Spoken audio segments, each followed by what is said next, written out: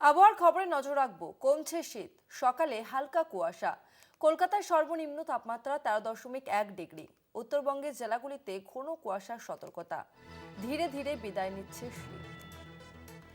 কমছে শীত, সকালে হালকা কুয়াশা। কলকাতার সর্বনিম্ন তাপমাত্রা 13.1 ডিগ্রি। অন্যদিকে উত্তরবঙ্গের জেলাগুলিতে ঘন কুয়াশার সতর্কতা। ধীরে ধীরে বিদায় নিচ্ছে শীত। বিস্তারিত জানবো, আমাদের সঙ্গে ফোন লাইনে রয়েছে প্রতিনিধি শাশ্বতী রায়। শাশ্বতী, শীতের আমেজ কি বঙ্গ থেকে তাহলে উধাও হতে চলেছে? কি জানাচ্ছে হাওয়া অফিস? দেখো, আজকে ফের তাপমাত্রার পারদ একটু উপর দিকে উঠলেও শহর কলকাতার ক্ষেত্রে স্বাভাবিকের নিচেই রয়েছে তাপমাত্রা। আজকে 13.1 ডিগ্রি সেলসিয়াস, যা স্বাভাবিকের থেকে 1.4 ডিগ্রি কম। অর্থাৎ শীতের যে স্পেল তা কিন্তু বজায় রয়েছে। তবে জাঁকিয়ে শীত যে থাকবে আগামী 1 থেকে 2 দিন, সোমবার থেকে তাপমাত্রার পারদ ঊর্ধ্বমুখী হওয়ার সম্ভাবনা রয়েছে।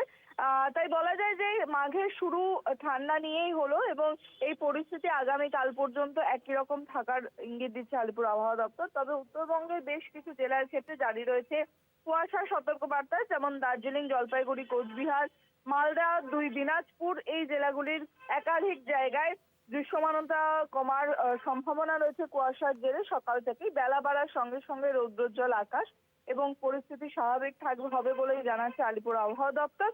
দক্ষিণবঙ্গের একাধিক জেলা, বিশেষত পশ্চিমের জেলাগুলির ক্ষেত্রে তাপমাত্রা পারদ স্বাভাবিকের নিচেই অবস্থান করবে এবং অন্যান্য অংশেও কিন্তু তাপমাত্রা স্বাভাবিকের নিচেই থাকছে। সেক্ষেত্রে কোথাও কোথাও স্বাভাবিকের আশেপাশে অবস্থান করছে সর্বনিম্ন তাপমাত্রা। তাই রাজ্য জুড়ে শীতের যে আমেজ তা কিন্তু বিদ্যমান এবং আগামী কাল পর্যন্ত এই পরিস্থিতি বজায় থাকার ইঙ্গিত দিচ্ছে আলিপুর আবহাওয়া দপ্তর।